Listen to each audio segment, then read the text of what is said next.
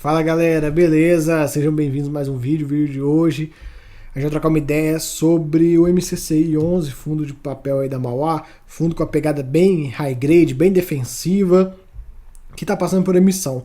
E tem um ponto muito bom de conversar a respeito dessa emissão que a gente está passando, que vocês vão entender durante o vídeo a respeito de uma alocação que ele fez, e essa alocação mostra pra gente o que está por vir nos próximos meses, né, conforme a emissão acabar e ele for alocando os recursos. Então vamos lá, vamos ver.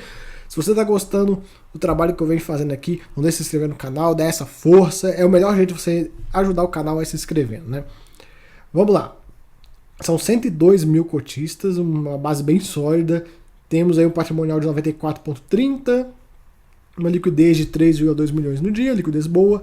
Cota mercado vem perdendo valor, né? Vem sendo pressionada, já está aí 1,01. Quem diria, né? Esse fundo que sempre ficou negociado com certo ágio, agora chegando nesse patamar aí de praticamente empatando com o patrimonial, e eu não duvidaria nada dele ficar até abaixo do patrimonial, do jeito que o cenário está. O último dividendo foi de 1,10 e isso dá um yield analisado de quase 15%, né? Bem interessante num fundo com essa pegada high grade. Alguns dados aqui no cantinho, né, de taxas. Ele tem essa taxa de performance bem sem vergonha, já comentei com você sobre isso. Espero que, né, que ele um dia tire isso. Vamos lá. Ele faz mais comentários sobre o yield, tudo inadimplente, e aqui é o grande ponto que eu comentei sobre a questão da emissão. Olha só. A principal movimentação do fundo foi a aquisição da primeira tranche de um total de 51 milhões de um novo CRI, originado e estruturado pela Mauá, conforme detalhes abaixo. Um novo CRI com taxa de PCA mais 9,25. Galera, vocês estão vendo como é que as NTNBs estão altas, né? Tá batendo 6,3. Onde é que vocês pensam que vai vir as operações high grade e as operações um pouco mais tranquilas? Qual o nível de taxa?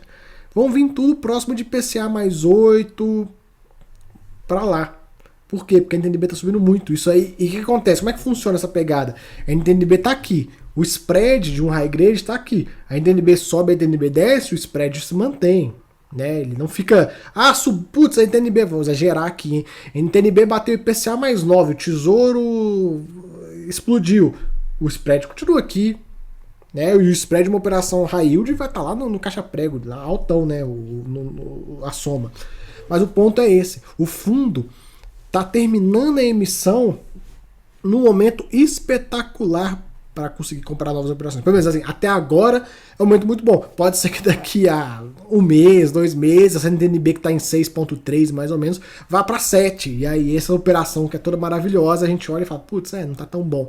Mas no cenário que temos atualmente é muito bom. Seria até interessante se ele não alocasse os recursos com pressa, né? Nesse momento eu vejo que faz total sentido uma alocação um pouco mais devagar, estratégica, porque tudo indica que o tesouro vai continuar subindo. São várias indefinições a respeito da política. Várias. Questão dessa PEC dos 200 bi, que é um absurdo, sem tamanho, e a gente não sabe o que vai acontecer, se vai passar, se não vai passar, o que vai acontecer. Então, tem a questão dessa PEC. Enfim, são vários pontos. Tem a questão da equipe de ministros, que ninguém sabe quem que é. Então, tem muito estresse no mercado que vai, né, em sua parte, puxar essa NTNB para cima. Pode ser que puxe, e aí eles anunciam uma boa equipe, resolva essa questão da PEC, enfim, venham notícias positivas e jogue para baixo, mas o cenário não está muito parecido com isso que vai acontecer. Muito mais parecido, a gente vai ver a NTNB começar a subir, e aí o fundo, tendo uma alocação um pouco mais devagar, ele vai pegando, por exemplo, uma operação agora, que se a gente botar um spread de 2 daria IPCA mais 8,3, pode ser que daqui a um tempo esse mesmo spread de 2 dê IPCA mais 8,5, 8,6, 8,7, enfim, vamos acompanhar. Da mesma forma que se começar a cair, aí ele tem que agilizar para não perder muito o bonde, né?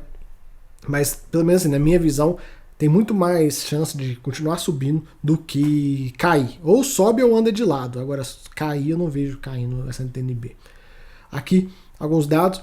Taxa média de aquisição do portfólio IPCA mais 7 e a taxa média atual por conta da marcação a mercado que derrubou o VP da IPCA mais 7,9. Olha só, hein? Olha só como é que já está ficando um nível bem interessante por causa da marcação ao mercado, né, patrimonial que foi derrubado. Imagina o fundo fazendo novas alocações em patamares de IPCA, próximo a IPCA mais 8. Vai aumentar bem essa taxa média aqui dessa carteira, a taxa de aquisição, né? Enfim, estou curioso para ver. Ele comenta sobre a deflação, mais um mês de deflação, que foi outubro, novembro e dezembro já praticamente... outubro não teve deflação, né? Foi setembro, acabou. Mas outubro já não vemos inflação, novembro também não veremos deflação, dezembro idem. Então, esse grande problema já vai sendo superado aí pelos fundos. O fundo hoje tem 1,10 de reserva, uma reserva bem interessante, mas ele está consumindo, hein? Nós vamos ver, esse mês ele consumiu um valor considerável, então vamos ficar ligado nisso aqui. Como eu já venho falando em vários vídeos, os fundos de papel, alguns, né, passaram bem no esbarro pela deflação e outros nem tanto. Então, se tivesse mais um mês de deflação, se outubro tivesse deflação, meu amigo, a gente já vê um monte de fundos zerando reserva e a distribuição indo para patamares de 40, 50 centavos, né? Isso fundos com lucro caixa, né? Nem a questão do lucro competência, que foi os Kinés e outros fundos. Falando da galera do competência. Os Kinés, por exemplo, né, fazendo uma comparação, por exemplo, mais um mês de deflação poderia levar esse fundo a ficar sem acumulado, ele e tantos outros que são lucro caixa, e os caras do competência com resultado zerado ou até negativo. Então, acabaram que deram sorte, que foi só 3 meses, né? Só 3 meses, já foi um absurdo 3 meses, mas enfim, deram sorte. Aqui, o fundo trabalha com uma estratégia de estabilização de resultados, então ele adota um patamar e vai levando. Então, por exemplo, aqui, 2020, era 60 centavos. Então, ele bota o patamar de 60, vai nele. Ah, agora dá para distribuir mais, dá para ser 70, ele sobe. Ah, dá para ser 90. Dá para ser R$1, dá para ser R$1,10. Então, ele vai trabalhando essa forma de manter um patamar linear com o tempo. Você não vai ver esse fundo fazendo igual nos outros fundos de papel que a gente vê aí, que em meses de inflação muito alta, ele te entrega uma porrada para cima, uma porrada para baixo. Não, o negócio dele aqui é 1,10, vai virar o semestre, eles vão determinar outro patamar e a gente vai avaliando se o risco-retorno tá condizente. Mas com esse dinheiro novo da emissão entrando para dentro do fundo, com essas taxas atuais, meu amigo, a tendência é que consiga manter um patamar bem interessante aí. A liquidez é boa, tem nem o que falar, o fundo faz parte do FIX, né? Então, nem o que comentar. Aqui, ó, a gente consegue ver outubro, olha só a correção monetária, né? Praticamente zerada no mês. Olha só que coisa, né? Isso aqui pressionou bastante os resultados. E aí você consegue ver, olha o rendimento que o fundo teve por cota, 49 centos. Ele distribuiu 1,10. Usou 61 centavos.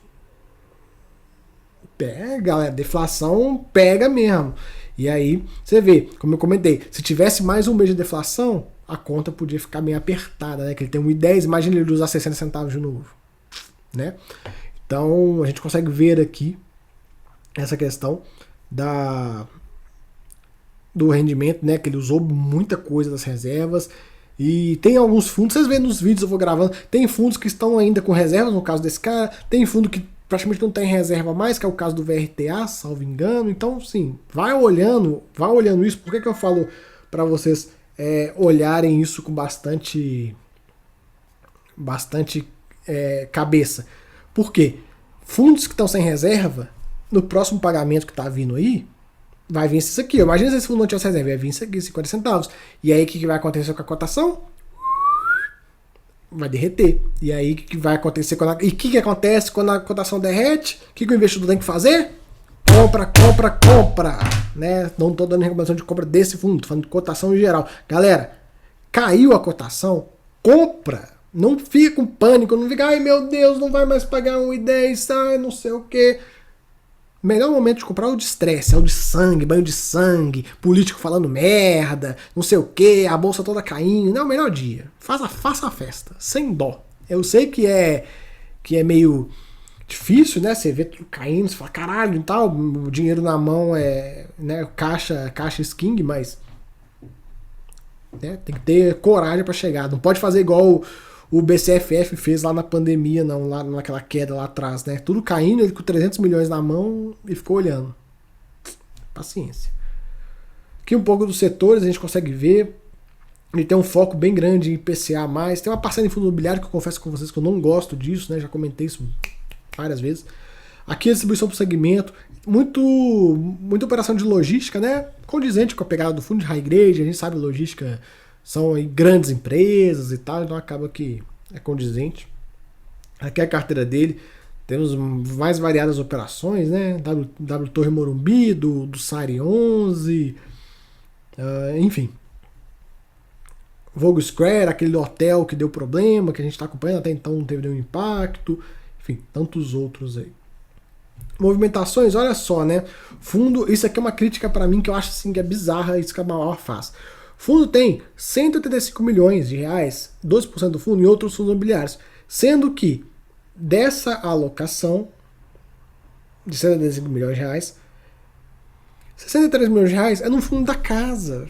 Isso para mim é um grande pênalti, né? Eu espero que um dia eles zerem essa posição. Eu entendo, muita gente fala assim, não, mas o fundo faz isso porque ele pode ter uma alocação em ativos high yield, com maior diversificação e tal. Beleza, mas nada mais é que uma ancoragem no fundo da casa e totalmente fora do que é o portfólio. Olha só, tudo 0,7%. Aí a gente tem um com 4%. Então tá fora da estratégia, né? Para beneficiar o fundo da casa. Então eu espero que, conforme o tempo for passando, conforme o Mauá High Yield começar a distribuir mais com o fim da deflação, que eles vão fazendo ganho de capital e trazendo essa posição para um patamar mais próximo do restante do portfólio, né? Galera, se fosse outro fundo qualquer, se fosse, sei lá, o XPCI no lugar dele, eu ia falar, não, beleza, mas como é da Mauá, da própria gestora, eu tenho que puxar a orelha, porque eu não gosto disso, né? Eu já comentei com vocês que eu acho muito chato isso do fundo, da gestora ficar usando o fundo para ficar alimentando os produtos dela, né? Enfim, aqui as operações que ele tem, W Torre Morumbi, Açaí, enfim, são boas operações, pegada mais high grade, a gente já conhece aí. No mais, fica aí esse vídeo, espero que tenham gostado, até a próxima, fui, valeu!